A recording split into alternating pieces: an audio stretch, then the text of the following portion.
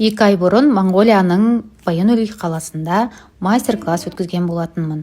Бұл жолы психология және стилистиканы бірге алып жүрдім. Екі саланы да бірге өткізген себебім тек қана әдемі киім емес, біздің ішкі жан дүниеміз, өмірге деген көзқарастарымыз барлығын ақтарып, бір-бірімізбен сырласып, жақын танысу үшін ойын мақсатында осындай карталар таратып, сол бойынша кезек-кезегімізбен жан дүниемізді ақтарып, бірге жақсы уақыт өткіздік. Ары қарай аксессуарларды тағып көрдік, өңдерді үйлестіруді, барлығын модельдерге тағып көрсетіп, жылы бір кездесу өтті.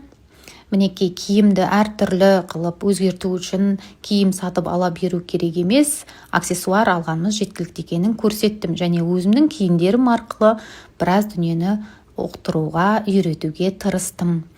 Соңында барлығымыз риза болып, осындай бір әдемі уақытты 2 сағат болса да бірге өткізгенімізге қуанып, қайттық. Туған жерім жылы қарсы алғанына қатты қуандым. Баршаңызға рахмет.